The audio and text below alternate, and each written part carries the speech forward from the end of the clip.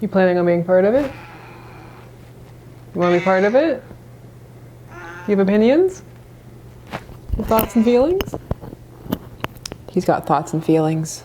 2023 seems to be the year of the animeification of Superman. You have the heavily shonen-inspired My Adventures with Superman, which has taken certain segments of the fandom by storm. Never forget how thirsty the internet can get. It's Miguel O'Hara times 10 over there in some parts of the My Adventures with Superman fandom. But that's not the only Japanese-influenced Superman outing to explore in 2023. In fact, we have a straight-up manga to look at. There is an English translation of the manga Superman vs. Meshi, which was originally released in Japan in 2021, but it has been getting an official English translation as of summer of 2023.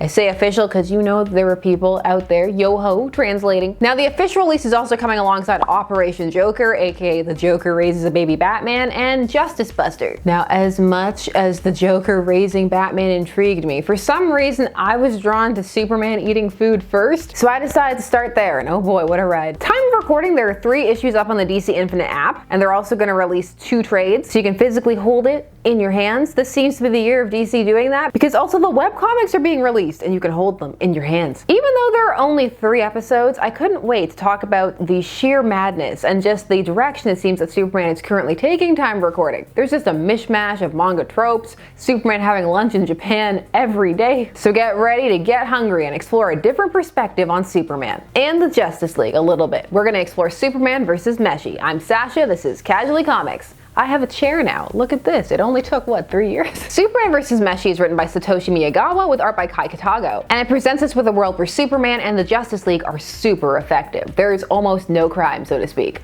So Superman has a lot of free time to indulge in some of his new passions, his new food love. For Superman has discovered that he loves Japanese cuisine, and he needs to go and get it from the source. That's right, he's the superhero from Krypton, Superman. But at the moment, Superman is standing in line outside of a ramen restaurant in Japan. You see, Superman stands in line just like everybody else, for he truly is a saint.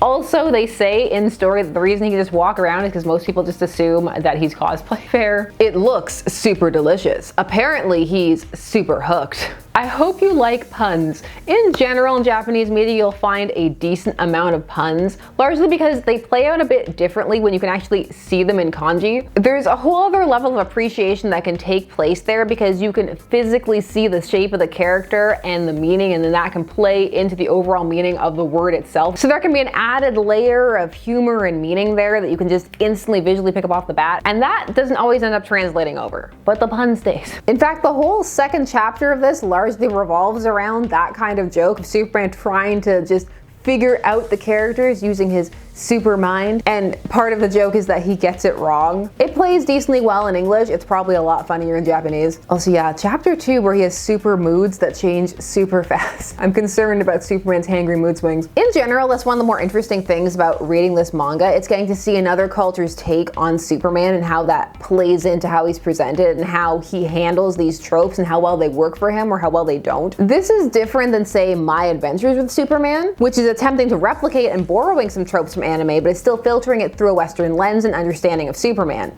Here you have something else. It's also interesting to see which version of the characters are chosen design-wise. For example, when you see Lois, she is heavily inspired by Margot Kidder from the Donner films. The Donner films were also a strong inspiration for My Adventures with Superman. Just connections everywhere. In this scene in chapter 1, where Superman Clark is talking to Lois, I'm just very concerned about the smile he gives her. The first panel says, "I like her." The second panel says, "I'm going to eat her face." So the first chapter is mostly about a hungry Clark using his lunch break to fly to Japan and get himself some yakitori. And he goes to check out a restaurant chain, which is a real restaurant chain, and yakitori is shown to be Superman's gateway into Japanese cuisine. And then we get a little flashback. He was saving a street merchant from a raging kaiju who very much looks like some kind of variation of Steppenwolf, but they don't dwell there because that's not what's important. What's important is that after he wins, the merchant offers him some leftovers, which he takes because they're only gonna be thrown out anyway, so might as well. And it's amazing. It's life-changing. The flavor is so magnificent, so exquisite that he loses control of his powers. In general, when you're doing a comedic take on Superman that tends to be something like, whoop, he can't control his powers, it can work, but it's best not to lean into the joke too hard because then one has to start thinking about, well, he's had these powers since he was young, shouldn't he know how to control? If you lean into it too hard, it can stop being funny.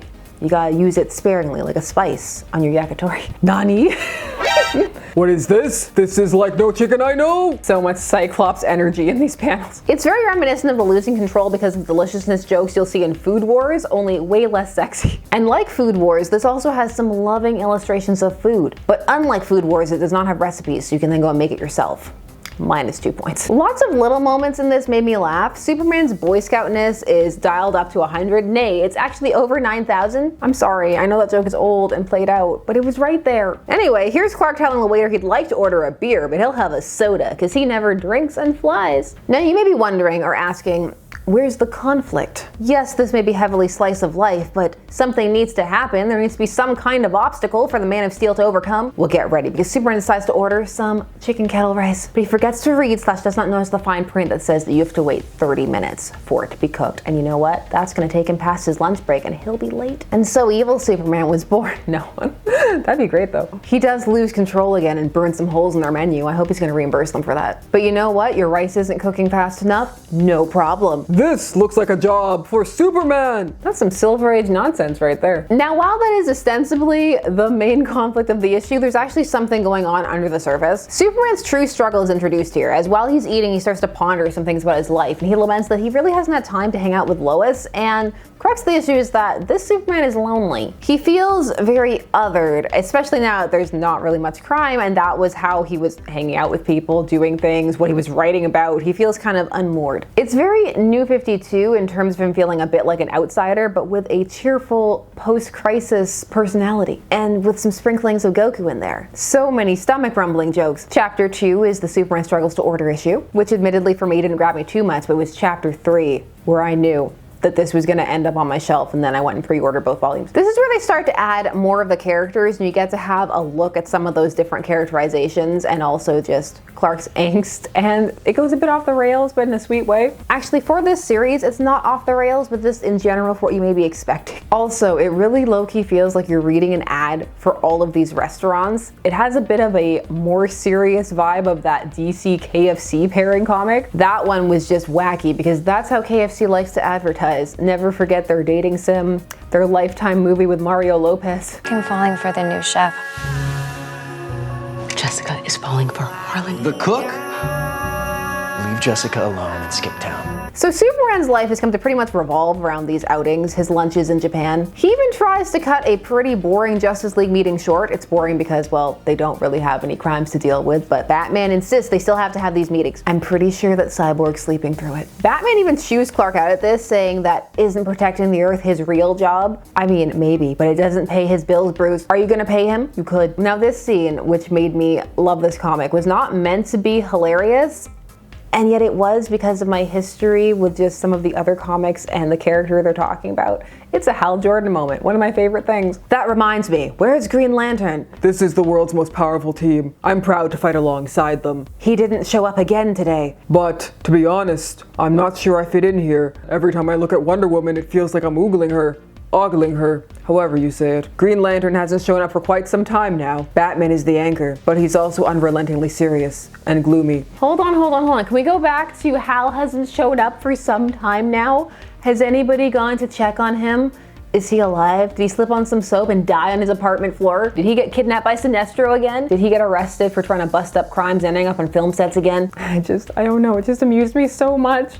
Superman having this deep existential crisis, and they're like, hey, is Hal like alive? What happened to poor Hal? I care. Now the whole setup of this feels vaguely Snyder-esque, especially in terms of how they're positioning Batman and Superman, with Batman in that more mature leader role and Superman less so. Even rejecting Batman's offer of a bagel sandwich from Alfred when his stomach grumbles, and so they all know he's hungry and that's why he really wants to leave. I want to know what kind of bagel sandwich it was. That can be the sequel. Clark just has lunch at Bruce's house every day. This Superman doesn't come across the most authoritative or confident, and he's a bit overwhelmed in the group setting, saying that he does better with them one-on-one and that they work well together as a team, but that dealing with them all outside of the confines of a fight, he's just having a hard time dealing with it, and he thinks that maybe he works better alone. Superman with social anxiety was not what I was expecting out of my Superman Goes to Have Lunch in Japan manga, but here we are. Layers. Well, having food adventures cheers Superman up, and he ends up accidentally ordering the all-star tempura bowl, which he proceeds to use to analyze his teammates. It's very silly, but also kind of sweet, and just funny. A lot of the jokes in this, because they are meant to be humorous, made me laugh, and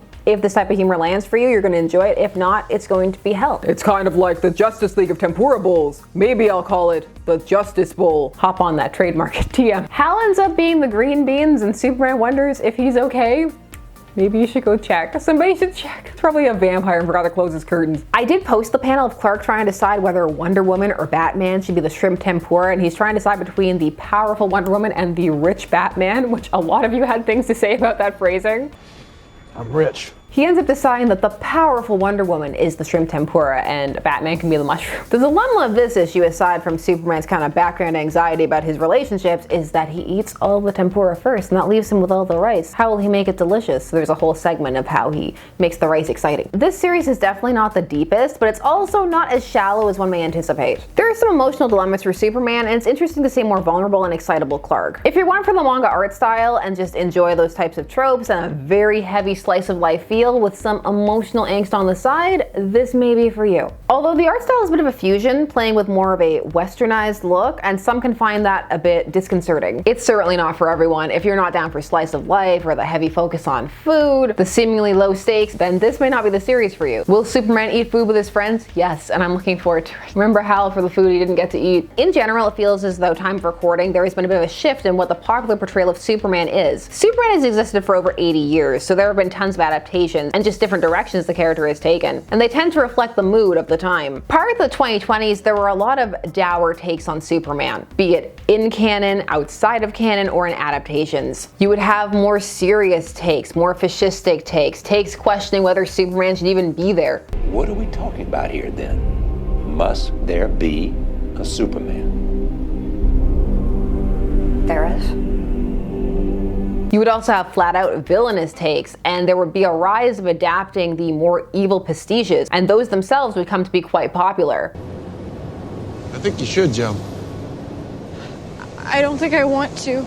You don't want to? Why don't you show a little follow-through, Chelsea? Jump. And it appears that while those remain popular and they are still enjoyable, it also highlighted some of the more positive aspects and attributes of Superman, and people seem to have resonated with wanting to see those again. And so you're seeing more and more positive and upbeat and uplifting Superman portrayals. Also, just in general, to get philosophical, it's been a difficult few years, and Superman at his core is a hopeful, aspirational character, and so people seem to want some of that and just to have a little bit of fun in general, not everybody. And you're seeing that across mediums. Now, not everybody appreciates it. Some people feel that it takes Superman to too much of a kiddish or not serious realm, that more of a balance needs to be struck. But also, you know, eventually people will get tired of it and we'll be back to Superman ripping hearts out of chests, eating them. He hasn't eaten one yet. We'll have to get really dark for that. Anyway, this series puts me in a good mood and I wanted to talk about it and share it with you, and hopefully it does the same for you. Or if not, you know what to avoid now. Have you read it? Are you reading it? Are you enjoying this more slightly optimistic era of Superman? How do you like your Superman? Tell me things down below while I brush this bang out of my eye. And while you're down there, please do all the YouTube things. Like, share, comment, subscribe, and hit the bell notification so that you never miss a vid. How do you feel about this chair? I feel like it may give me too much freedom with my arms. I'm looking forward to seeing you in another vid. We have so many topics to cover, and I can't wait to get to all of them. Until then, I'll see you when I see you in the next video. Bye-bye.